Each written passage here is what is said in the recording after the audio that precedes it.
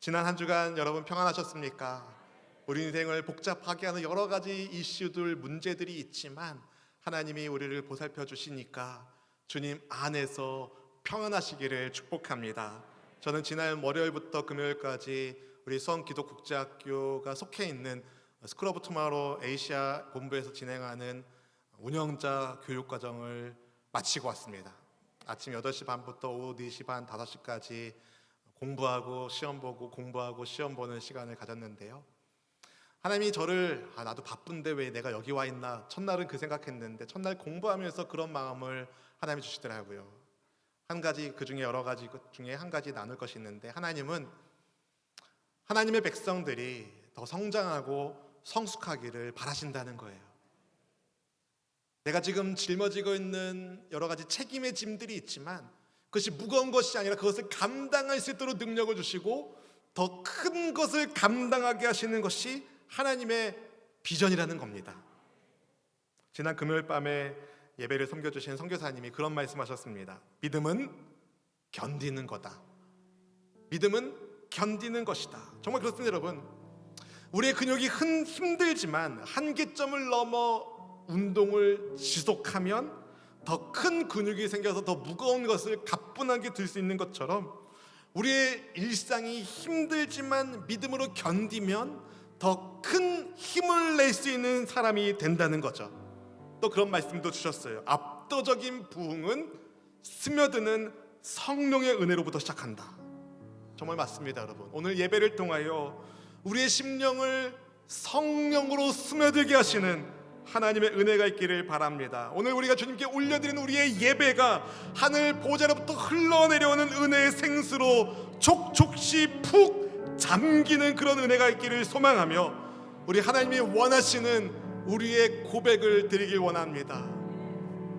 나 무엇과도 주님을 바꾸지 않으리. 다른 어떤 은혜 구하지 않으리. 오직 주님만이 내 삶의 도움이시니 주의 얼굴 보기 원합니다. 주님 사랑해요. 온 마음과 정성 다해 하나님의 신실한 친구 되기 원합니다. 무엇과도 주님을 바꾸지 않겠습니다. 나 무엇과도 주님을 바꾸지 않으리. 다른 어떤 은혜 구하지 않으리. 오직 주님만이 내 삶의 도움이시니 주의 얼굴 보기 원합니다. 주님 사랑해요. 마음과 정성 다해 온 마음과 정성 다해 하나님의 신실한 친구 되기 원합니다. 주님 사랑합니다. 주님 사랑해요. 주님 사랑해요.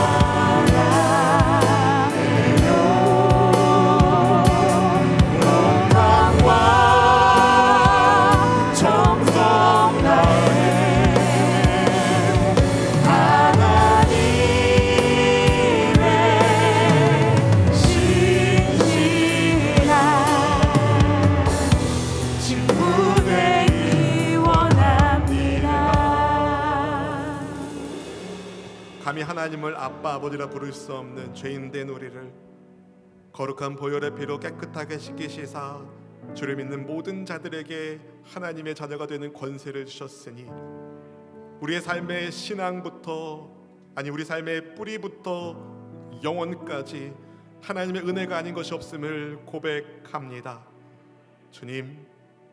주님의 사랑받는 하나님의 백성들이 주의 이름으로 함께 모여 예배하는 이 공간을 하나님의 성령으로 충만하게 채워주시사 인생의 모든 무거운 짐이 벗겨지게 하여 주시고 삶의 문제들이 풀어지게 하여 주시고 하늘의 기적의 역사, 믿음의 돌파가 임하게 하여 주옵소서. 주님이 부족한 종이 감히 하나님의 말씀, 영광의 말씀을 들고 섰사오니 오직 제단 숯불을 제 입술에 지져주시고 생명의 하나님 말씀이 온전히 선포되게 하여 주시사 말씀 가운데 거하시며 역사하시는 주님을 모든 주의 백성들이 보게 하여 주시옵소서. 성령 하나님을 환영합니다. 인정합니다. 모셔드립니다. 우리의 묵은 마음을 부드러운 마음 되게 하여 주시고 굳어있는 마음이 부드러워 하나님의 말씀이 아름다운 열매를 맺는 복된 옥도 마음밭이 되도록 인도하여 주옵소서. 성령 하나님께서 모든 상황 가운데 은혜를 더하신 줄로 믿고 감사드리며 우리를 먼저 사랑하신 주님, 우리 또한 주님을 사랑합니다. 우리의 사랑을 주님 받아 주옵소서. 존귀하신 주 예수님 이름으로 기도하옵나이다. 아멘. 하나님을 사랑하는 백성들이 하나님을 서로 사랑하기를 기뻐하십니다. 함께 예배하는 지체들과 이렇게 인사하면 좋겠습니다. 주 안에서 당신을 사랑합니다. 주 안에서 여러분을 사랑합니다. 1956년에 개봉한 영화 10개는 계산해보니 개봉한 지 벌써 66년이 되었는데 지금 봐도 감동적인 장면들이 참 많이 나옵니다. 10개라는 영화의 제목은 하나님께서 시내산에서 이스라엘 백성들을 위하여 돌판을 새겨주신 10가지 계명에서 비롯되었는데요. 10계명은 하나님이 이스라엘 백성들에게 주신 말씀입니다. 오늘 본문 1절 말씀은 그래서 이렇게 시작하고 있어요. 함께 읽어보실까요? 하나님이 이 모든 말씀으로 말씀하여 이르시되. 하나님은 왜 하나님의 백성인 이스라엘에게 10가지 계명을 주셨을까요? 하나님의 백성답게 사는 길이 바로 이 말씀에 있기 때문입니다. 출애굽기 19장에서 지난 주일에 살펴본 것처럼 하나님은 이스라엘을 하나님의 보물이라고, 그들이 제사장 나라가 되어서 하나님의 거룩한 백성으로 삼아 주셨습니다. 노예 생활에서 벗어난 지 얼마 되지 않은 그들, 아직 뿔이 박혀있는 노예 근성이 뽑혀나가지 않은 이스라엘 백성들에게 하나님은 그들이 하나님의 보물이라고, 제사장 나라라고, 거룩한 백성이 될 거라는 비전을 제시하여 주신 것이죠. 하나님은 이 놀라운 비전을 이루기 위하여 그 가이드라인으로, 그 매뉴얼로 10계명을 주신 것입니다. 더 이상 그들이 애굽의 노예가 아니라 하나님의 백성이라며, 하나님의 백성이라면 이렇게 살아야 된다는 것을 안내하여 주신 것이죠. 따라서 10계명은 오늘에 살고 있는 우리에게도 중요한 하나님의 말씀입니다. 왜냐하면 예수 그리스도를 믿음으로 말미암아 하나님의 백성된 우리가, 하나님의 보물된 우리가 이 땅에서, 광야 같은 이 땅에서 어떻게 살아야 되는지에 대한 인생의 가이드라인이 이 말씀에 기록되어 있는 거기 때문입니다. 10계명은 크게 하나님과의 관계와 이웃과의 관계로 구분할 수 있는데요. 첫 번째 계명에서 네 번째 계명까지는 하나님과의 관계를, 다섯 번째 계명에서 마지막 10번째 계명은 이웃과의 관계에 대하여 말씀하기 때문입니다. 10계명에서 가장 먼저 등장하는 첫 계명 무엇인가요? 우리 본문 3절 말씀 같이 읽어보실까요? 너는 나 외에는 다른 신을 내게 두지 말라. 나 외에는으로 번역된 히브리어 알파임은 직역하면 내 얼굴 앞에입니다. 하나님은 이스라엘 백성들이 하나님 얼굴 앞에 다른 신을 두지 말라고 하셨습니다. 하나님과 하나님의 백성된 이스라엘 백성, 하나님과 이스라엘 백성 사이에 다른 신이 있으면 된다, 안 된다? 안 된다는 거죠. 이 말씀은 오직 하나님만 할 수 있는 권한의 말씀입니다. 왜냐하면 이스라엘 백성들을 출애굽 파괴하신 분은 세상 사람들이 숭배하는 어떤 우상들이 아니라, 다른 신들이 아니라 천지 만물을 창조하신 창조주 하나님 야훼시기 때문입니다. 본문 2절 말씀 같이 읽어보실까요? 나는 너를 애굽 땅 종 되었던 집에서 인도하여 낸 네 하나님 야훼니라. 아멘. 아도나이, 야훼란 하나님의 거룩한 이름에는 스스로 존재하시는 창조주란 뜻이 있습니다. 스스로 존재하시는, 그 누구의 도움도 필요 없으신 전능하신 창조주 하나님께서 스스로 존재할 수 없는, 신적인 도움 없이는 도저히 생존 불가능한 광야의 이스라엘 백성들에게 말씀하시는 거예요. 내가 너의 하나님 야훼다. 내가 너 이스라엘을 애굽 땅 종 되었던 집에서 건져내었다. 하나님은 이스라엘 백성들이 출애굽하게 하시려고 애굽에 10가지 재앙을 내리시는데, 그 10가지 재앙은 모두 애굽 사람들이 숭배하던 우상들과 관련이 있습니다. 하나님은 이스라엘에게 보여주신 거죠. 하나님 외에 너희들을 도울 다른 우상이 절대 필요하지 않다. 이스라엘 백성들은 그것을 생생하게 체험할 수 있었습니다. 그런 이스라엘 하나님이 말씀하시는 거예요. 내가 너희의 하나님 야훼인 것처럼 너희도 내 백성으로 살아야 한다. 내가 너의 하나님 야훼인 것처럼 너도 내 백성이다. 그래서 한마디 하신 거예요. 한눈 팔지 마. 하나님은 하나님의 백성과 다른, 하나님의 백성과 하나님 사이에 다른 신이 있게 하지 말라고 말씀하셨어요. 이것 하나님이 다른 신의 존재를 인정하셔서 하신 말씀이 아닙니다. 사람들이 만들어낸 허상, 헛된 우상에 마음을 두지 말라는 말씀이에요. 우상은요, 그것을 믿는 사람 안에만 존재합니다. 그게 우상의 특징이에요. 우상은 그것을 믿는 사람 안에만 존재하는 헛된 허상입니다. 근데 하나님은요, 사람들이 믿든지 아니 믿든지 상관없이 스스로 존재하는 하나님이십니다. 누가 참 신이겠습니까? 하나님, 우리 하나님만이 참 하나님이십니다. 그래서 모세가 신명기 6장 4절에서 이렇게 선언한 겁니다. 함께 읽어보실까요? 이스라엘아 들으라, 우리 하나님 오직 유일한 야훼이시니. 아멘. 이스라엘아 들으라, 우리 하나님 야훼는 오직 유일한 야훼이시니. 제가 히브리어를 공부했는데 히브리어를 많이 까먹었는데 이거는 기억해요. 쉐마 이스라엘 아도나이 엘로헤이누 아도나이 에카드. 하나님은 한 분 하나님, 우리 하나님이십니다. 그런데 하나님께서 이렇게 말씀하시고 하나님께서 세우신 리더들을 통하여 오직 하나님만 섬기라는 명령을 주셨는데, 이스라엘은 후대에 어떻게 되었습니까? 모세가 하나님의 부름을 받아 세상을 떠나고 모세의 뒤를 이은 여호수아와 그와 함께 했던 사람들이 다 세상을 떠난 이후에 이스라엘은 암흑의 시대를 맞이합니다. 가나안에서 이스라엘은 하나님을 섬기지만 한 손에는 다른 신을 붙들고 있었어요. 혼합주의에 빠지게 됩니다.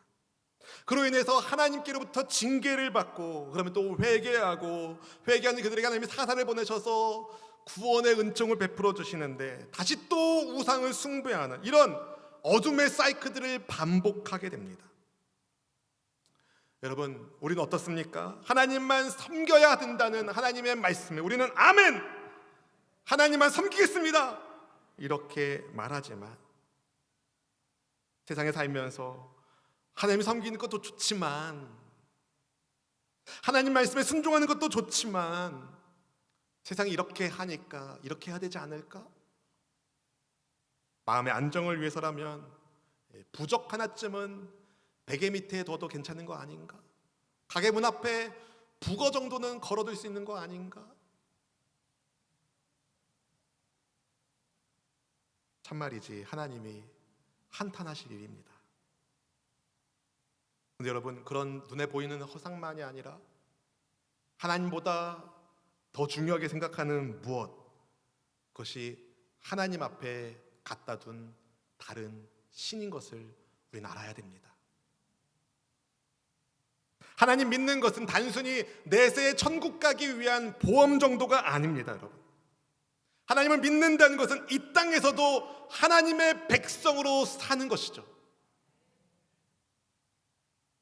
우상은 그것을 붙드는 사람들을 망하게 합니다. 하나님만 잡아야 됩니다. 하나님만 믿어야 합니다. 하나님과 여러분 사이에 다른 어떤 신도 우상도 두지 않기를, 오직 하나님만 섬기는 여러분의 삶이 되기를 주님의 이름으로 축원드립니다. 10계명의 두 번째 계명은 우상을 만들지 말라는 말씀이에요. 본문 4절 5절 말씀 같이 읽어보실까요? 너를 위하여 새긴 우상을 만들지 말고 또 위로 하늘에 있는 것이나 아래로 땅에 있는 것이나 땅 아래 물속에 있는 것에 어떤 형상도 만들지 말며 그것들에게 절하지 말며 그것들을 섬기지 말라. 나 네 하나님 야훼는 질투하는 하나님인즉 나를 미워하는 자의 죄를 갚되 아버지로부터 아들에게로 3, 4대까지 이르게 하거니와. 아멘. 이 말씀에서 우리는 사람들이 왜 우상을 만드는지를 압니다. 자기를 위하여 새긴 우상인 거죠. 자기를 위하여 새긴 우상. 하나님은 어떤 모양이라도 형상을, 우상을 만들지 말라고 말씀하셨어요. 이것은 다른 신을 상징하는 우상의 형상을 만들지 말라는 말씀이기도 하지만 하나님의 형상을, 어떤 피조물을 만드는 것으로 그것을 하나님이라고 말하지 말라는 말씀이기도 합니다. 어떤 형상을 만들어서 이것이 하나님이다 라고 부르는 것은 하나님을 피조물로 전락시키는 것입니다. 내가 만든 하나님이 아니라 하나님이 나를 만드셨음을 고백하면서 우리는 하나님을 예배해야 됩니다.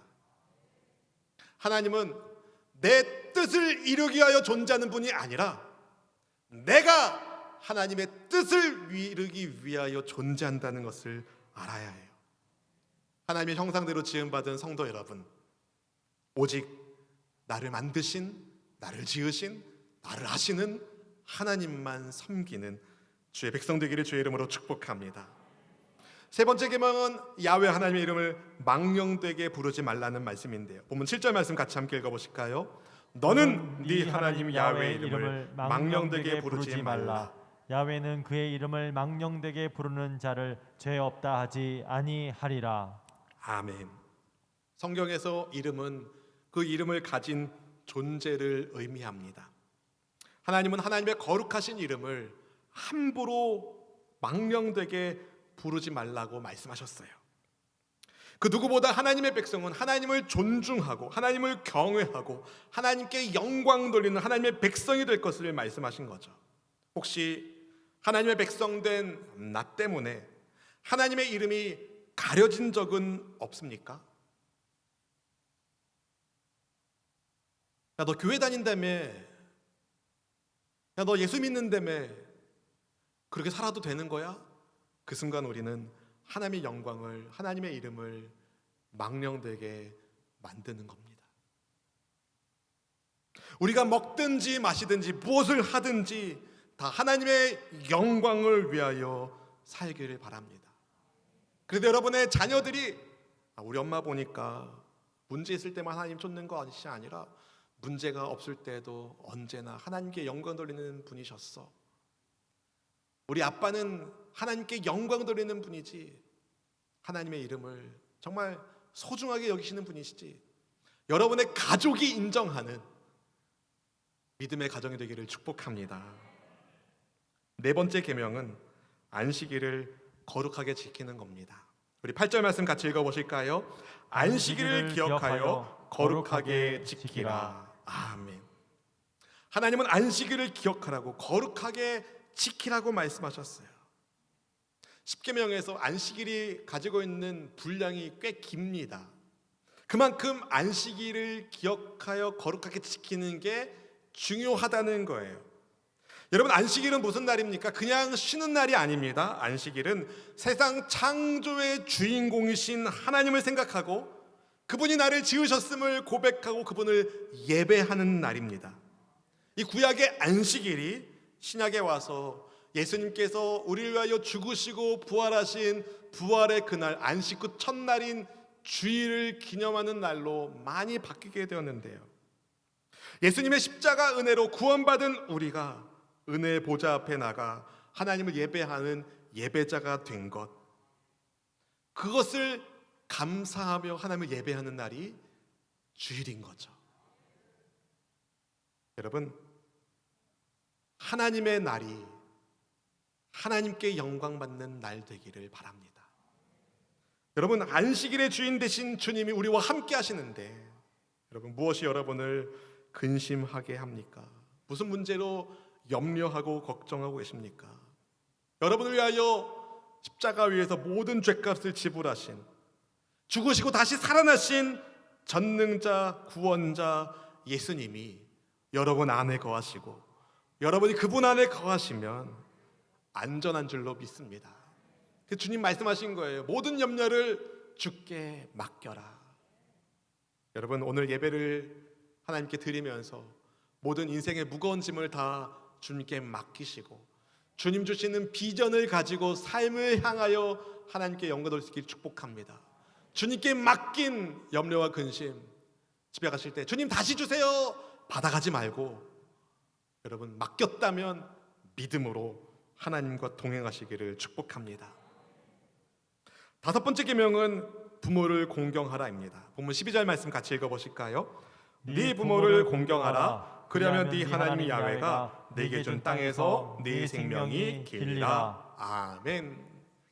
설교 서두에서 말씀드렸습니다. 10계명은 하나님과의 관계와 이웃과의 관계에 대하여 말씀하시는 계명인데, 1에서 다계명은 하나님과요, 5에서 10계명까지는 이웃과의 관계를 말합니다. 근데 5계명, 이웃과의 관계의 첫 번째, 그러니까 10계명의 거의 중간에 5계명이 있는데, 그 계명이 네 부모를 공경하라예요. 부모 공경은 너무 당연한 도덕적 가르침으로 생각되는데 좀 특별한 의미가 이 10계명에 있습니다. 왜냐하면 하나님과의 관계와 이웃과의 관계가 교차하는 그 중심에 부모 공경이 있거든요. 무슨 말이냐면, 부모는 하나님을 대리하여 자식을 돌볼 책임이 있는 존재이고, 자식이 태어나서 처음 접하는 남은 이웃은 부모입니다. 그래서 부모 자식 간의 관계는 하나님이 맺어주신 관계예요. 하나님은 자녀들에게 주 안에서 부모에게 순종하라 말씀하셨습니다. 에베소서 6장 1절 말씀, 자녀들아 주 안에서 너희 부모에게 순종하라, 이것이 옳으니라. 누구 부모요? 남의 부모가 아니라 너희 부모에게 순종하는 거예요. 주 안에서 나의 부모에게 순종하는 것이 옳습니다. 사춘기라고, 중2병에 걸렸다고 부모 말씀을 거역하는 것은 이 계명을 어기는 겁니다. 부모님이 연로하셨다고, 정신이 없으시다고 중년된 자식이 노년된 부모님을 공경하지 않는 것은 이 계명을 어기는 것입니다. 내 부모가 인격적으로 성품이 좋은 부모인지 아닌지에 따라서 그 부모가 내 부모가 되고 남의 부모 되는 것이 아닙니다. 부모님이 어떤 분이신지와 상관없이 하나님의 백성이라면 주 안에서 부모에게 순종하는 것이 옳습니다. 하나님 그런 사람에게 장수의 복을 약속해 주셨어요. 에베소서 2장 3절 말씀, 6장 2절 3절 말씀 이렇게 말씀합니다. 네 아버지와 어머니를 공경하라. 이것은 약속이 있는 첫 계명이니 이로써 내가 잘되고 땅에서 장수하리라. 여러분, 10계명에서 약속을 주신 계명이 이거예요. 부모에게 공경하면 잘된다. 아멘. 단지 하나의 조건이 있는데 주 안에서입니다. 하나님이 세우신 가정의 질서에 순종하시기를 축복합니다. 10계명의 6계명부터 마지막 10번째 계명까지는 이웃과의 관계에서 실제적으로 지켜야 할 사항들에서 말씀하고 있는데요, 6번째는 살인하지 말라입니다. 아니, 너무 당연한 말씀을 하나님이 쓰신 것 같아요. 그렇죠? 살인하지 말라, 당연한 거 아니에요? 살인은요, 더 깊은 의미가 있습니다. 살인은 하나님이 태어나게 한 생명을 함부로 빼앗는 극단적인 죄입니다. 하나님의 백성들은 하나님의 형상대로 지음받은 사람의 생명을 소중하게 돌보아야 할 책임이 있습니다. 요즘 개인 인권을 주장하는 사람들 사이에 아직 태어나지 않는 뱃속에 있는 태아를 죽이는 것, 낙태하는 것이 개인의 권한이다 주장하는 사람들이 있는데, 태어나지 않은 아이를 죽이는 것, 그것은 살인죄가 아닐까요? 그리고 살인하지 말라고 말씀했으니 거의 죽을 때까지 때리는 건 괜찮지 않나? 어떻게 생각하세요? 당연히 괜찮지 않습니다. 사람을 함부로 대하는 것, 예수님 말씀하셨어요. 형제를 향해서 욕하는 것도 살인죄다. 여러분, 이웃의 생명을 소중히 여기며 지켜야 할 책임이 하나님의 백성들에게 있습니다. 우리 수원순복음교회가 꿈 행복 나눔 재단을 세워서 교회 옆에 있는 홍제 장애인 주간 보호시설을 운영하는 이유 가운데 하나는, 그분들이 비록 장애가 있지만, 중증 장애가 있지만 그들 역시 하나님이 지으신 소중한 생명이기 때문입니다. 7번째, 간음하지 말라는 말씀은 단순히 성적인 죄를 짓지 말라는 말씀이 아닙니다. 하나님이 맺어주신 신성한 결혼 생활을 잘 지키라는 말씀이에요. 결혼을, 가정을 소중히 지키고 보호할 책임이 누구에게 있다? 하나님의 백성인 우리에게 있다는 거죠. 요즘 각종 매체를 보면 이혼이 너무 아름답게 포장되는 것 같아요. 하나님의 백성이라면 이혼 사유가 발생하지 않도록 결혼하기 전에 충분히 기도하고 하나님의 인도하심을 받고 결혼의 언약을 맺으시고, 그렇게 결혼의 언약을 맺었다면 이 사람이 어떤 사람인지와의 관계없이 그 약속에 충실해야 됩니다. 맺은 언약을 깨면 안 됩니다. 가정생활을 잘 하셔야 돼요. 혹시 나는 결혼 안 했으니까 이 계명은 나와 상관없어, 이렇게 생각하는 분이 혹시 계시다면, 여자를 보고 음욕을 품는 것도 간음하는 거라고 말씀하신 예수님의 말씀을 기억해야 합니다. 여러분, 우리 눈이 보는 것을 조심해야 됩니다. 형제들이여 보는 것을 조심하길 바랍니다. 자매들이여 보는 것을 조심하길 바랍니다. 독신의 은사를 받지 않았다면 빨리 믿음의 배우자를 만나야 합니다. 혹시 결혼하지 않은 분들 가운데 나는 독신의 은사를 받지 않았다, 받았다는 분은 괜찮고요. 받지 않았다, 얼른 믿음의 배필을 만나시길 바랍니다. 정말 그래요, 여러분. 하나님이 원하시는 것, 하나님의 백성들이 아름다운 가정을 이루고 하나님을 경외하는 가정으로 하나님이 복 주시기를 주의 이름으로 축복합니다. 8번째 계명은 뭔가요? 도둑질하지 말라입니다. 도둑질하지 말아라. 하나님께서 나에게 맡겨주신 것에 대하여 만족하지 못하고 하나님께서 다른 사람에게 맡기신 것을 빼앗는 것이 도둑질이에요. 그냥 남의 거 훔치는 게 도둑질이 아니라 하나님이 내게 주신 것에 대해서 만족하지 않고 하나님이 다른 사람에게 맡기신 것을 내가 강제로 빼앗아 오는 것, 그것이 도둑질인 거죠. 그렇다면 다른 사람의 것을 훔치지만 않으면 괜찮은가요? 아니요. 하나님의 것도 도둑질하지 말아야 합니다. 말라기 3장 8절 말씀을 이렇게 말씀합니다. 같이 읽어보실까요? 사람이 어찌 하나님의 것을 도둑질하겠느냐? 그러나 너희는 나의 것을 도둑질하고도 말하기를 우리가 어떻게 주의 것을 도둑질하였나이까 하는도다. 이는 곧 11조와 봉헌물이라. 아멘. 여러분, 헌금은요, 하나님께서 나의 창조 주신 것을 고백하는 믿음으로 드리는 거예요. 헌금 안 하면 주변에 눈치 보이니까 해야지, 그게 아닌 거예요, 여러분. 헌금은요, 우리 마음이 하나님께 드려지고 있다는 것을 가장 현실적으로 보여줄 수 있는 겁니다. 간혹 어떤 분들이 저한테 우리 목사님은 헌금 얘기를 너무 안 하신다고. 그게 좋은 게 아니에요, 여러분. 해야겠습니다. 여러분에게 묻겠습니다. 여러분은 누구 겁니까? 입술에 침부터 발라주세요. 여러분은 누구 겁니까? 하나님의 것 맞습니까? 하나님의 보물이 맞습니까? 하나님의 것은 하나님에게 드리는 것이 마땅합니다.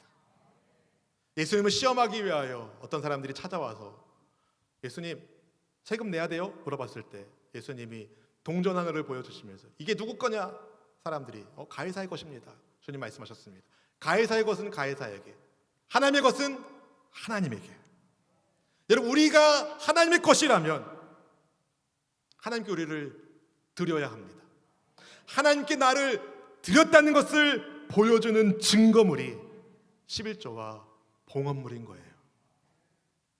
여러분, 하나님이 여러분에게 맡겨주신 것에 대하여 충성된 신실한 청직이 되시기를 축복합니다.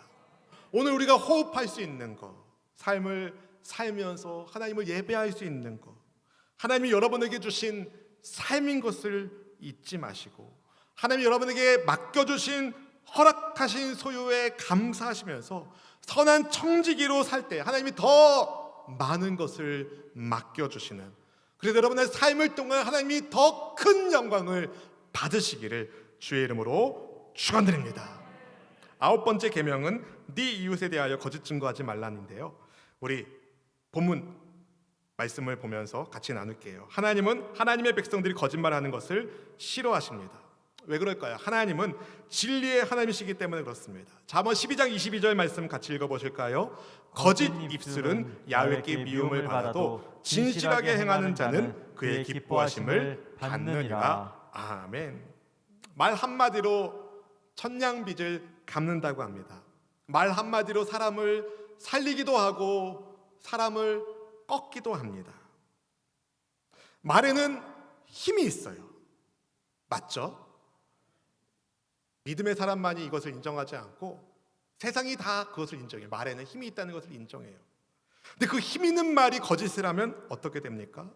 안 된다는 거죠. 하나님의 백성은 거짓말하면 안 됩니다. 그런데 다른 계명은 도둑질하지 말아라, 간음하지 말아라, 그렇게 간단하게 말씀하시는데 그냥 거짓을 말하지 말아라 이렇게 계명을 주셔도 되는데 거기에 뭔가 특별한 단어가 앞에 붙어 있습니다. 뭐죠? 네 이웃에 대하여. 네 이웃에 대하여 거짓 증언하지 말라. 이 말씀은 재판의 상황을 전제하고 있습니다. 살다 보면 그런 일이 없기를 바라지만, 정말 없기를 바라지만 때로는 잘잘못을 가려야 하는 때를 만나는 경우가 생길 수 있습니다. 서로 합의하고 문제를 해결하면 가장 좋을 텐데 그렇지 못한 경우에는 사실을 기반으로 판결을 내려야 합니다. 그런데 거짓 증언을 해서 무고한 사람에게 해를 끼치는 경우가 있는 거예요. 요즘에야 과학 수사다 뭐다 해서 증거물이 더 드러날 수 있지만, 여러분 십계명을 주실 때 이스라엘 백성들이 그냥 두세 사람이 한 사람 바보 만드는 건 너무 쉬운 일이었던 거죠. 거짓말을 해서. 하나님 그러면 안 된다 말씀하시는 거예요. 거짓으로 이웃을 해할 수 있는 위증의 죄 안 된다 말씀하신 거예요. 근데 여러분, 단순히 내 이웃을 위하여 거짓 증거하지 말라는 말씀으로 이웃을 향하여 거짓말하지 않으면 된다라는 수준으로만 이해할 것이 아니라 이 말씀에 담겨있는 의미를 알아야 돼요. 여러분, 하나님은 이웃을 보호하기를 원하세요. 하나님의 백성들이 이웃을 돌보고 보호하라, 그 말씀이 이 계명에 담겨있는 진의입니다. 마지막 10번째 계명이 무엇입니까? 네 이웃의 집을 탐내지 말라예요. 탐내지 말라. 여기서 집은 그냥 단순히 이 건물 집이 아니라 어떤 사람에게 속한 모든 것을 나타내는 포괄적인 단어예요. 하나님은 인간의 탐심에 대하여 경고하셨습니다.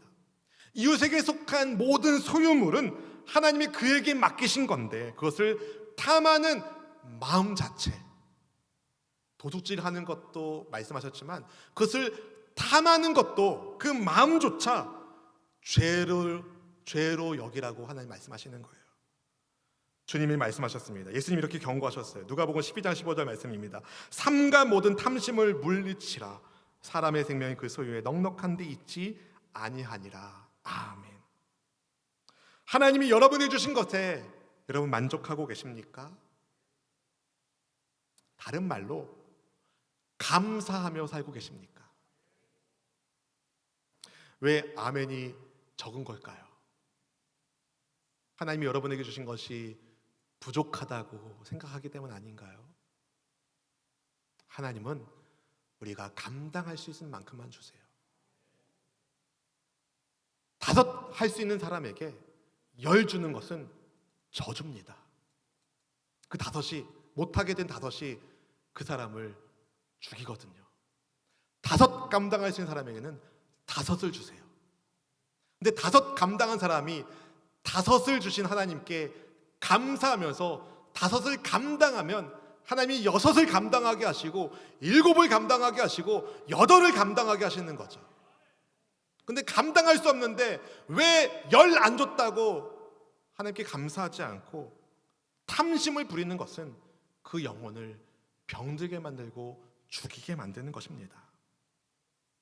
주님이 십계명을 주시기 전에 가장 먼저 하신 말씀이 있습니다. 나는 너를 애굽 땅 종되었던 곳에서 인도하여 낸 너의 하나님 야훼다. 하나님은 먼저 우리를 사랑하셨고 구원하셨고 인도하여 주시는 분이십니다. 그 하나님이 우리에게 계명을 주신 거예요. 하나님을 사랑해라. 그리고 하나님을 사랑한다면 하나님이 사랑하는 하나님의 형상대로 지음받은 이웃들을 사랑해라. 여러분, 하나님을 사랑하십니까? 정말 하나님을 사랑하십니까? 그렇다면 여러분, 지난 한 달 동안에 여러분이 어디에 돈을 가장 많이 썼는지를 보면 알아요. 8월 마지막 주일이잖아요. 오늘 집에 가셔서 한번 계산해 보세요. 내가 이번 한 달 동안에 어디에 돈을 가장 많이 썼는지, 거기에 여러분의 마음이 있는 겁니다. 바라기는 하나님을 사랑하고 이웃을 사랑하는 일에 하나님이 여러분에게 맡기신 것을 사용하시기를 바랍니다. 내 삶의 창조주 하나님, 나의 구원자 하나님, 하나님의 형상대로 지음받은 다른 사람들을 사랑하며 아끼며 돌보겠습니다. 가장 가깝게는 부모님, 자녀들, 우리 이웃들, 믿음의 지체들, 하나님이 여러분에게 맡기신 것을 잘 사용하고 관리할 수 있기를 축복합니다. 여러분, 우리는요, 하나님 사랑과 이웃 사랑을 완성하신 십자가의 주 예수님의 은혜 안에서 하나님의 보물이 되었습니다. 정말 하나님을 사랑한다면 하나님께 감사하세요. 하나님께 인색하지 마세요. 하나님께 감사하세요. 정말 하나님을 사랑한다면 하나님이 만나게 해주신 사람들을 공경하고 존중하고 아껴주고 보호해주세요. 가장 가깝게는 여러분의 부모님에게, 여러분의 자녀들에게 하나님이 맺어주신 이웃사랑을 실천했을 바랍니다. 하나님의 사람답게, 하나님의 자녀답게 그렇게 살아갈 때에 우리를 보시며 하나님이 기뻐하실 거예요. 저는 확신합니다. 하나님을 웃게 하는 사람이 하나님께 영광 돌리는 사람이다. 하나님께 기쁨을 드리는 우리가 되기를 축복합니다. 하나님의 기쁨 되길 원하는 분은 손 들고 아멘. 아멘. 나 주님의 기쁨 되기 원하네. 내 마음을 새롭게 하소서. 새 부대가 되게 하여 주사 주님의 빛 비추게 하소서. 내가 원하는